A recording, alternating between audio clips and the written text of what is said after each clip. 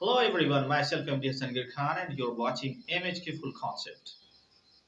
मैं मोहम्मद हसनगीर खान और आप देख रहे हैं MHK Full Concept. जहाँ तक कि मैंने क्लास 10th के ज्योग्राफी के संसाधन चैप्टर का मैंने फर्स्ट वीडियो बना लिया था और पार्ट 1 मैंने कंप्लीट कर चुका है। अगर आपने पार्ट 1 को नहीं देखा है तो आप पार्ट 1 वाला वीडियो जरूर देख लें, मैं डिस्क्रिप्शन बॉक्स में डालूंगा। And on the other hand हम लोगों ने उसमें जो बात किया था कि संसाधन के विभिन्न आधार पर संसाधन के प्रकार, जिसमें कुछ आधार और बाकी हैं, आज हम लोग इसको डिस्कस करेंगे। संसाधन जो है बहुत ही इंपॉर्टेंट है, जैसा कि हमने पिछले वीडियो में कहा था। उपयोगिता के आधार पर संसाधन के आज हम लोग बात करेंगे कि कितने प्रकार होते हैं और विकास के आधार पर संसाधन के कितने प्रकार होते हैं। ये बहुत ही इंपॉर्टेंट है।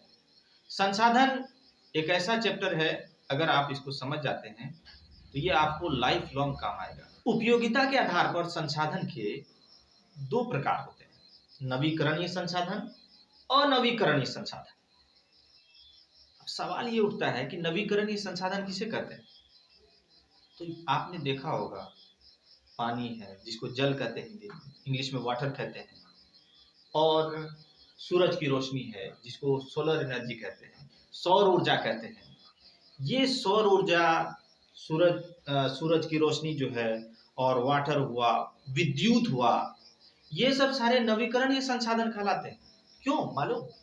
ये इसलिए कहलाते हैं क्योंकि इसको किसी तकनीक का यूज कर करके या किसी भी तरीके से इसको हम फौरन प्राप्त कर सकते हैं।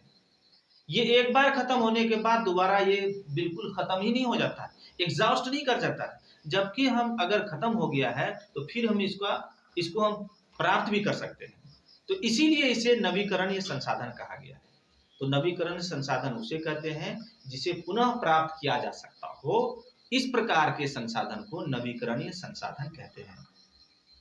अब हम एग्जाम्पल के तौर पर, उदाहरण के तौर पर हम ये देख सकते हैं कि नवीकरणीय संसाधन जो है उसमें सूरज की रोशनी जिसको सौर ऊर्जा कहते हैं, विद्युत हुआ, जल हुआ, जल मीन्स पानी, ये सब सारे जो हैं वो नवीकरणीय संसाधन है।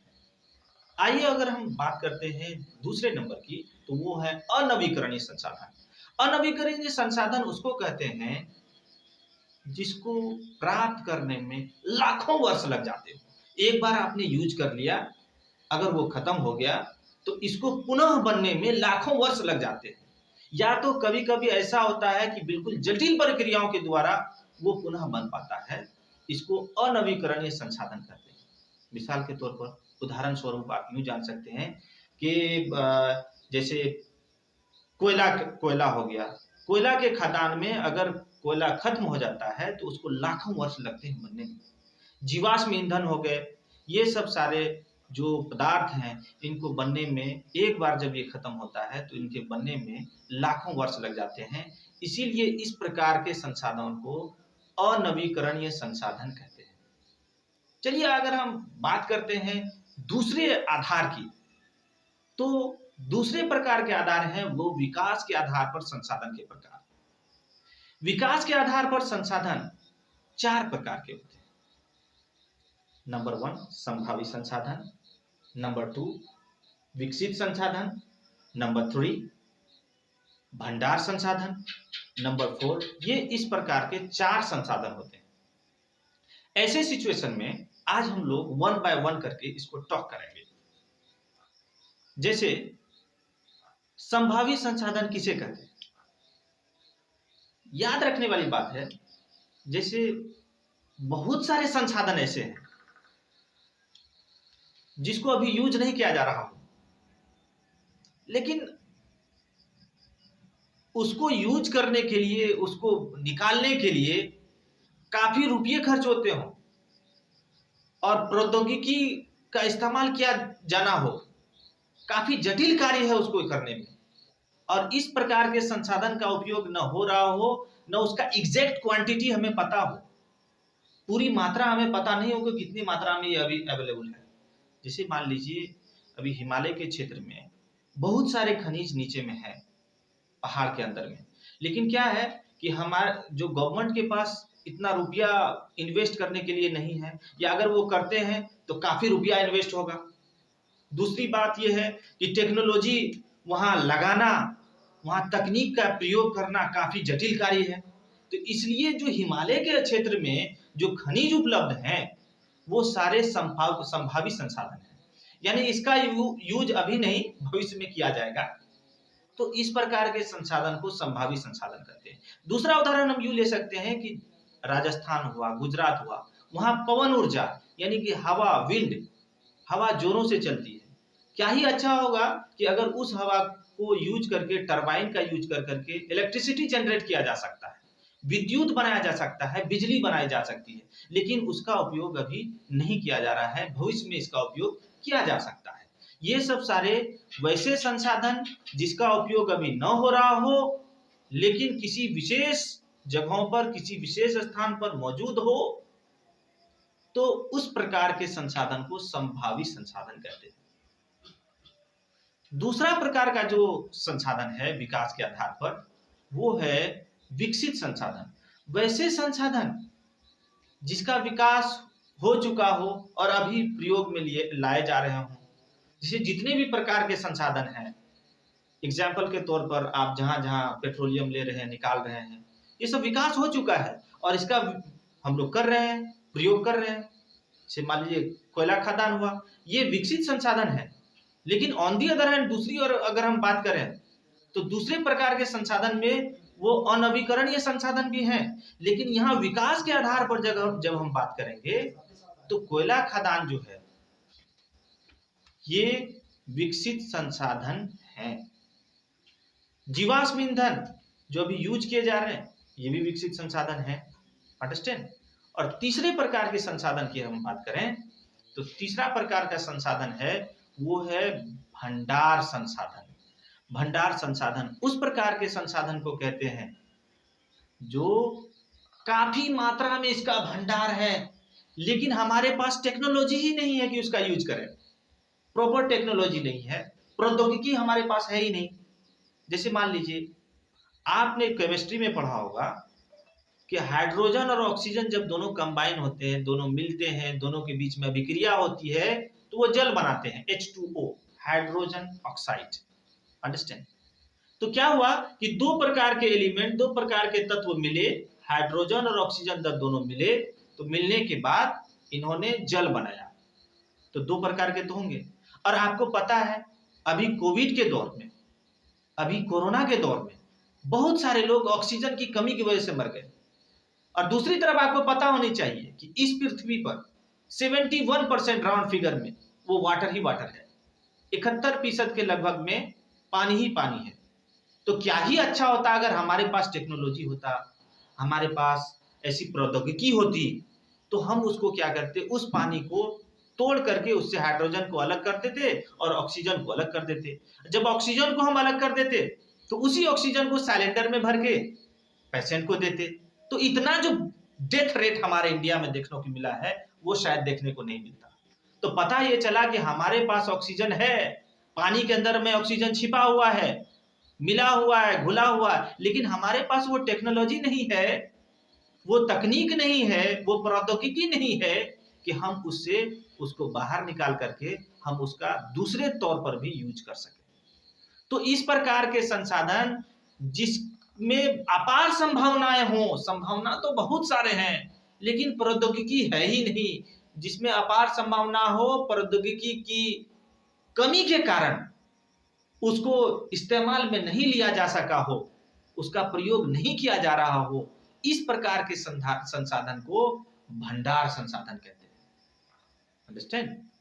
और अगर हम बात करते हैं चौथे प्रकार के संसाधन की तो वो है, दीजिएगा तो पॉइंट,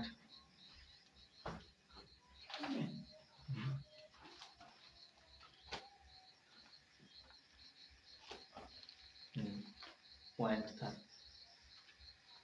जो चौथे प्रकार का संसाधन है वो है संचित कोश संसाधन। ये संचित कोश संसाधन क्या है, याद रखने वाली बात है।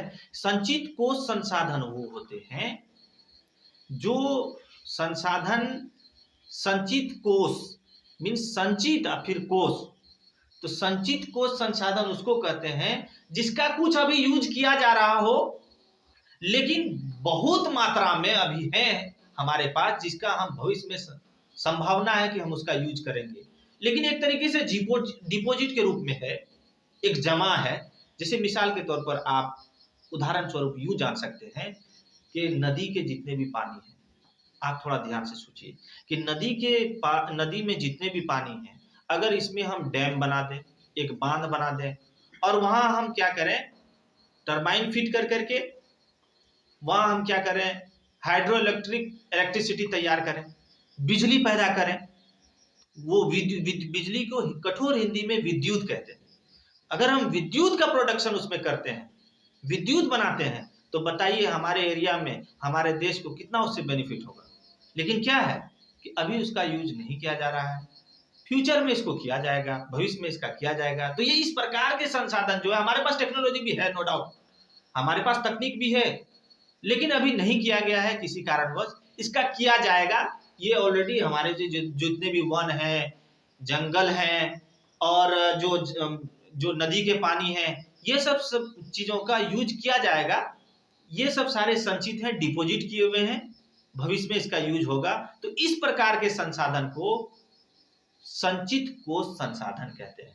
जैसे नदी के पानी, इसका हम यूज किस में कर सकते हैं, विद्युत बनाने में, विद्युत के उत्पादन में, बिजली बनाने में। वहां हाइड्रो इलेक्ट्रिसिटी पावर प्लांट वहां लगा देंगे, उससे क्या होगा, एक डैम बनेगा, डैम बनने के बाद वहां मोटर फिट होगा, वहां डायनेमो फिट होगा, बड़ा बड़ा डायनेमो होगा, और वहां जस्ट क्या होगा, ऊपर से धारा आएगी, और वाटर का जब करंट आएगा तो उसमें पंखी लगा हुआ होगा, वो पंखी जो है जो वो नाचेगा, वो टरबाइन, तो जब नाचेगा तो वो तो डायनेमो से फिट होगा, और डायनेमो क्या करेगा, इलेक्ट्रिसिटी जनरेट करेगा।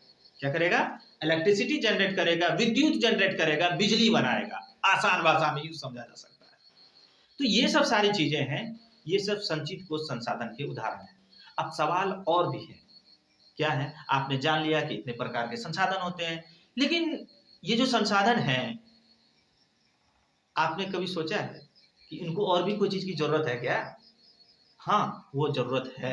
वो कैसे? हम लोग जो संसाधन है, संसाधन का यूज सही प्रकार से नहीं कर रहे। मालूम हुआ, अपने घर से ही सोचिए, आप मोटर चला देते हैं, ऑन है, एकदम ओवरफ्लो हो रहा है, छोड़े हुए हैं, कोई टेंशन नहीं है, अपना पानी थोड़ी है, ये तो जमीन के नीचे से आया हुआ है। आपको समझना चाहिए कि पानी, ये जो जल है, ये हमारा संसाधन है और इम्पोर्टेंट संसाधन है। जल के बगैर क्या हम रह सकते हैं क्या? नहीं। तो जब हम नहीं रह सकते हैं, तो जल का सही प्रकार से यूज क्यों ना हो, हमको उसको सही प्रकार से यूज करना चाहिए। तो पता ये चला कि संसाधन को बचाए रखने के लिए और भी कुछ चीजें हैं जो करने चाहिए। सबसे पहला चीज है क्या, कि संसाधन का नियोजन कैसे करें। हम लोग जानेंगे कि संसाधन नियोजन किसे कहते हैं। तो याद रखें कि संसाधन नियोजन उसे कहते हैं जब किसी भी संसाधन का विवेकपूर्ण तरीके से उपयोग किया जाए, तो उसे संसाधन नियोजन कहते हैं। आप संसाधन का सही प्रकार से यूज कर रहे हैं, संसाधन नियोजन कहलाएगा। अंडरस्टैंड? आप सही प्रकार से संसाधन का यूज नहीं कर रहे हैं, संसाधन नियोजन नहीं कहलाएगा। तो अब सवाल ये उठता है कि संसाधन नियोजन कैसे करें। तो संसाधन नियोजन करने के लिए कुछ सोपान है, कुछ स्ट्रेटजी है, कुछ रणनीति है। उस रणनीति के तहत हमें चलना होता है। पहली रणनीति ये होनी चाहिए कि हमें सर्वेक्षण कराने चाहिए, जिसको इंग्लिश में कहते हैं सर्वे कराना। भाई, किसी चीज के पर आप कोई प्लान करने जा रहे हैं, कुछ रणनीति बनाने जा रहे हैं, कुछ योजना बनाने जा रहे हैं, तो पहले आपको पता होना चाहिए ना कि ये कितनी चीजें हैं, कितना मात्रा में है, कहाँ है, कैसे है, किस हाल में है। तो इसलिए सबसे पहला जो सोपान है, वो पहला सोपान है कि आप इसका सर्वेक्षण करवाइए।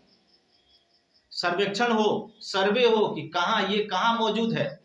जैसे मान लीजिए कोयला है, अब कोयला भारत के किस एरिया में, किस रीजन में मौजूद है, उपस्थित है, फिर वहां उसको डायरी मेंटेन किया जाए, और उसके बाद फिर अगली रणनीति होगी।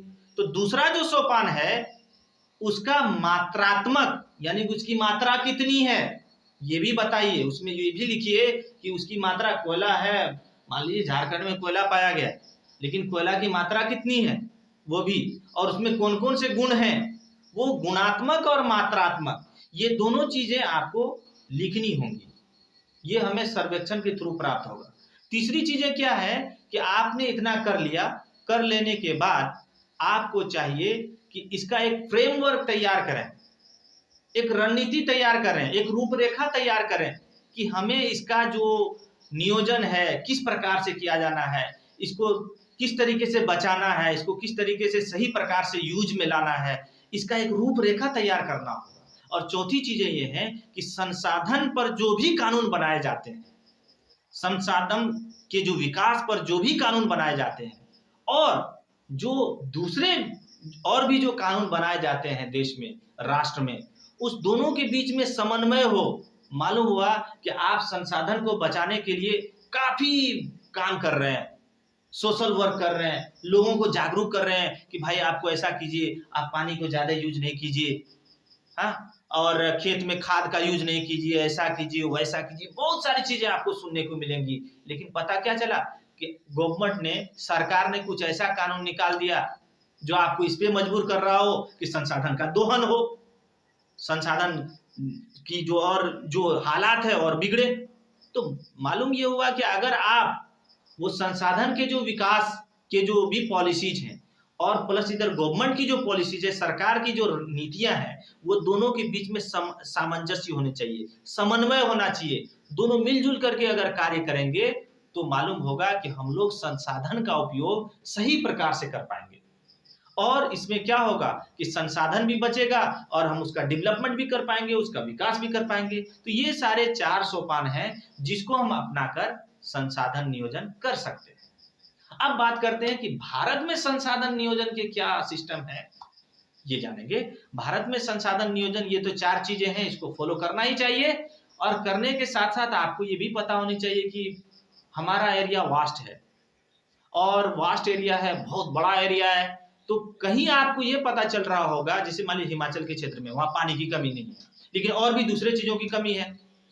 आप राजस्थान चले जाइए, वहां क्या है, पानी की कमी है, लेकिन हवा की मात्रा अच्छी है, और भी दूसरे रिसोर्सेज, दूसरे संसाधन वहां कमी है। गुजरात, ये आप झारखंड ले लीजिए, मध्य प्रदेश ले लीजिए, छत्तीसगढ़ ले लीजिए, वहां क्या है, खनिज की भरपूर मात्रा में अवेलेबल है। दूसरी तरफ बिहार की बात करें तो बिहार में पायराइट और चूना पत्थर अच्छे क्वांटिटी में पाया जाता है। ये सब सारी चीजें हैं कि मालूम ये हुआ कि हमारे जो कंट्रीज में, हमारे जो कंट्री में, हमारे जो राष्ट्र में क्या है कि अलग अलग जगहों पर अलग अलग प्रकार के संसाधन पाए जाते हैं। तो बहुत सारे संसाधन ऐसे हैं जो वहां है, यहाँ नहीं है, और जो यहाँ है तो वहां नहीं है। तो इस तरीके से लोगों को रहने के लिए, सही प्रकार से जीवन यापन करने के लिए, उन्हें जो है वो सारी आवश्यकताओं को पूर्ति करने के लिए जो उनको संसाधन है वो मुहैया कराना होगा। तो इसके लिए कुछ रूल्स एंड रेगुलेशन, कुछ गवर्नमेंट की पॉलिसीज होनी चाहिए, और उसको आसानी से वहां पहुंचाया जा सके। अब मालूम हुआ क्या कि हमारे यहाँ वाटर अच्छे से अवेलेबल है, पानी अच्छे मात्रा में यहाँ मिलता है। तो पानी का हम लोग इतना यूज कर रहे हैं कि हमारा वाटर का लेवल जो वो डाउन होता जा रहा है।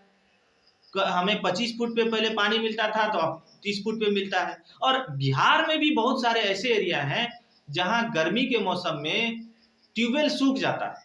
जैसे दरभंगा ले लीजिए, दरभंगा में ऐसे बहुत सारे जगहों पर ऐसा सुनने को मिला है कि और सब सीजन में वहाँ ट्यूबवेल में पानी रहता है, लेकिन जो बरसात से पहले जो होता है, बरसात से पहले वहाँ गर्मी के मौसम में ट्यूबवेल सूख जाया करता है, उसमें वाटर नहीं रहता है। ये सब सारे प्रॉब्लम जो हैं वो देखने को मिलते हैं।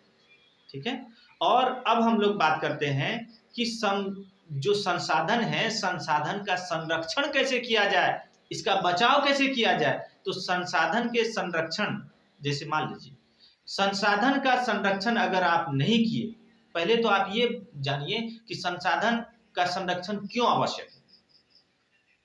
संसाधन के कारण हमारा सभ्यता का विकास होता है, हमारा शैक्षणिक विकास होता है, हमारा व्यक्तिगत विकास होता है, हमारा आर्थिक विकास होता है। लेकिन अगर हम उसको सही प्रकार से संसाधन का प्रयोग नहीं कर रहे हैं तो वो क्या होगा कि वो संसाधन का दोहन होगा, और जब संसाधन का दोहन होगा तो संसाधन जब समाप्त हो गया तो हमारा विकास भी बिल्कुल वहां रुक जाएगा। तो बहुत प्रकार की समस्याएं हमारे समाज में पैदा होंगी। इसीलिए हमें चाहिए कि संसाधन का संरक्षण करना चाहिए। बहुत सारे विचारक हैं, बहुत सारे इतिहासकार, बहुत सारे सामाजिक कार्यकर्ता, सामाजिक विचारक बहुत सारे गुजरे हैं जिन्होंने संसाधन के संरक्षण पर काफी जोर दिया है और काफी कार्य किया है, काफी प्रयास किया है, कई बुक्स उन्होंने लिखा है। महात्मा गांधी का बहुत ही अच्छा विचार है कि हमें पेट भरने के लिए बहुत कुछ है, लेकिन पेटी भरने के लिए नहीं। महात्मा गांधी ने क्या कहा कि हमें पेट भरने के लिए बहुत कुछ है, लेकिन पेटी भरने के लिए नहीं। आज हमारे एरिया में, हमारे आसपास बहुत सारे ऐसे क्षेत्र हैं जहां संसाधन का दोहन किया जा रहा है। जितना यूज होना चाहिए आवश्यकता से अधिक उसका उत्खनन किया जा रहा है, और फलस्वरूप क्या हो रहा है कि संसाधन विलुप्त होता जा रहा है, संसाधन पर बुरा असर पड़ रहा है। खास करके इसमें अमीर व्यक्तियों का काफी बड़ा योगदान है। वो क्या कर रहे हैं कि संसाधन का जितना यूज होना चाहिए उससे कहीं अधिक यूज उसको कर रहे हैं। हालांकि गरीब तबके की अगर हम बात करें तो वो लोग संसाधन का एक लिमिटेड वे में यूज कर रहे हैं और लिमिटेड वे में उसका प्रयोग भी कर रहे हैं। लेकिन जो बड़े तबके हैं, आर्थिक रूप से स्ट्रांग हैं, आर्थिक रूप से मजबूत हैं, वो लोग संसाधन का मनमाने ढंग से प्रयोग कर रहे हैं। ठीक है, तो ये सब सारी चीजें हैं जिससे हमें संसाधन को बचाने की आवश्यकता है, संसाधन की संरक्षण की आवश्यकता है। संसाधन एक बहुत ही इंपॉर्टेंट चीज है हमारे लाइफ के लिए। Okay, and on the other hand अगर हम बात करें तो इसके बाद जो संसाधन संरक्षण में कौन कौन से प्रयास किए गए ये भी हमें जानना होगा। सिर्फ संसाधन संरक्षण पर समझ लेने से काफी नहीं है। संसाधन को बचाने के लिए, संसाधन संरक्षण के लिए बहुत ही अंतर्राष्ट्रीय और राष्ट्रीय जितनी भी संस्थाएं हैं उन्होंने काफी प्रयास किए। एग्जाम्पल के तौर पर 1972 ईस्वी में विश्व शिखर सम्मेलन हुआ था स्टॉकहोम में, और वहां बात की गई थी कि पर्यावरण का संरक्षण करना बहुत ही आवश्यक है। जब पर्यावरण का संरक्षण होगा, हमारे माहौल का संरक्षण होगा, हमारे एनवायरनमेंट का संरक्षण होगा, तो क्या होगा कि बहुत जो हमारे आसपास में जो पॉल्यूशंस हैं, हमारे जो संसाधन है उसका बचाव हो पाएगा। जब संसाधन का बचाव होगा तो उसको हम बहुत ही अच्छे प्रकार से और लंबे टाइम तक यूज कर सकते हैं। तो 1972 में और उसी के दिन के बाद से हर 5 जून को विश्व पर्यावरण दिवस के रूप में मनाया जाता है, जिसको वर्ल्ड एनवायरनमेंट डे कहते हैं। हर 5 जून को पर्यावरण दिवस के रूप में मनाया जाता है। किस डेट को? 5 जून को। हर साल 5 जून को पर्यावरण दिवस मनाया जाता है। आगे हम लोग बात करते हैं 1987 में ब्रुटलैंड कमीशन एक आयोग बनाया गया था जिसमें बात की गई थी कि सतत विकास की, सस्टेनेबल डेवलपमेंट की। सतत विकास उस प्रकार के विकास को कहते हैं कि संसाधन का तो विकास करना ही है, लेकिन ख्याल करना है कि संसाधन का दुरुपयोग न हो, संसाधन पर कोई बुरा प्रभाव न हो। तो इस प्रकार के विकास को सतत विकास कहते हैं, यानी कि सस्टेनेबल डेवलपमेंट कहते हैं। उसी में एजेंडा 21 बनाया गया था। उस एजेंडा 21 में एक डॉक्यूमेंट था, एक कागजात थी। उसमें बात की गई थी कि हमें किस प्रकार से, किस रणनीति के तहत हमें पर्यावरण की सुरक्षा करनी है और हमें संसाधन बचाने हैं। और इसी के आलोक में 1992 ईस्वी में ब्राजील के रियो डी जेनेरियो एक जगह है, ब्राजील की राजधानी भी है रियो डी जेनेरियो। ब्राजील आप जानते ही होंगे, फुटबॉलर बहुत सारे हैं वहां के और पूरे वर्ल्ड में फेमस है ब्राजील के। तो ब्राजील में एक जगह है रियो डी जेनेरियो। 1992 ईस्वी में प्रथम पृथ्वी सम्मेलन हुआ और उसमें बहुत सारे फैसले लिए गए कि भाई हमें पृथ्वी को किस प्रकार बचाना है, हमारे पृथ्वी पर जो संसाधन उपलब्ध हैं उसको किस प्रकार से बचाना है। ये सब सारी चीजों पर वहां डिस्कशन हुआ और देश के लगभग बहुत सारे जो प्रतिनिधि थे, पूरे वर्ल्ड के जितने भी प्रतिनिधि थे वहां मौजूद थे। उसके बाद जो दूसरा पृथ्वी सम्मेलन हुआ वो 1997 ईस्वी में हुआ, 1997 में, जो कि न्यूयॉर्क में हुआ। अमेरिका का एक बहुत बड़ा सिटी है न्यूयॉर्क। वहाँ सम्मेलन हुआ, वहाँ मीटिंग हुई, बहुत सारे एकदम जितने पूरे वर्ल्ड के आए प्रतिनिधि लोग, और वहाँ भी पृथ्वी को बचाने के बारे में फैसला लिया गया। तीसरा जो पृथ्वी सम्मेलन हुआ, जिसको तृतीय पृथ्वी सम्मेलन कहते हैं, वो है जोहान्सबर्ग, जो कि अफ्रीका में है। वहाँ तृतीय पृथ्वी सम्मेलन हुआ। ये जोहान्सबर्ग का जो तृतीय सम्मेलन होने के बाद, उसके बाद से ये अभी तक सम्मेलन नहीं हुआ है। तो इस प्रकार से हम कह सकते हैं कि हमारे जो संसाधन है उसके संरक्षण हेतु पूरे वर्ल्ड लेवल पे जितनी भी सरकारें हैं वो प्रयासरत हैं, और हमें भी इंडिविजुअली प्रयासरत होना होगा। हमें संसाधन का सही प्रकार से उपयोग करना होगा। चाहे हम घर पे मैक्रो लेवल पे लें, मोटर हम चलाते छोड़ देते हैं, ऐसा नहीं करना है। हम खास करके रूरल एरिया से बिलोंग करते हैं, गांव देहात के इलाके से बिलोंग करते हैं। गांव में खास करके ये होता है कि लोग मोटर चला देते हैं और सिंचाई के लिए, पानी जिसको पटाने के लिए लोग गांव में कहते हैं, पानी पटाने के लिए एकदम छोड़ दिए हैं, चल रहा है, रात भर चला, और आकर के खूब अपनी तारीफ बोलते हैं कि मैंने तो आज इतना पानी डाल दिया उसमें अपने फसल में कि कितना दिन तक सूखेगा नहीं। लेकिन उन बेचारे को पता होनी चाहिए कि उन्होंने आवश्यकता से अधिक वाटर का यूज कर लिया है।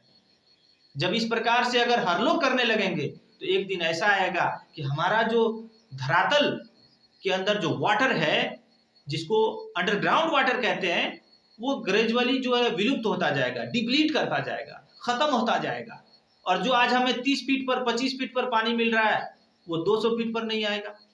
तो ये सब सारी चीजें हैं। तो इसके लिए इसका उपयोग जो है सही प्रकार से होना चाहिए। तो I hope you would have understood.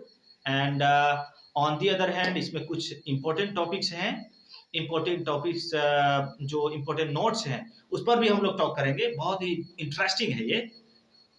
और इसका जो इसके बाद मैं नेक्स्ट वीडियो बनाऊंगा, नेक्स्ट वीडियो में होगा इससे क्वेश्चन आंसर जो हमारे इस चैप्टर के लास्ट में दिया हुआ है, प्रश्नावली पर हम लोग टॉक करेंगे। उसमें कुछ ऑब्जेक्टिव टाइप क्वेश्चंस हैं, लघु उत्तरीय प्रश्न हैं, दीर्घ उत्तरीय प्रश्न हैं। हम लोग नेक्स्ट वीडियो में इसको हम लोग टॉक करेंगे। तब तक के लिए bye bye, have a nice day.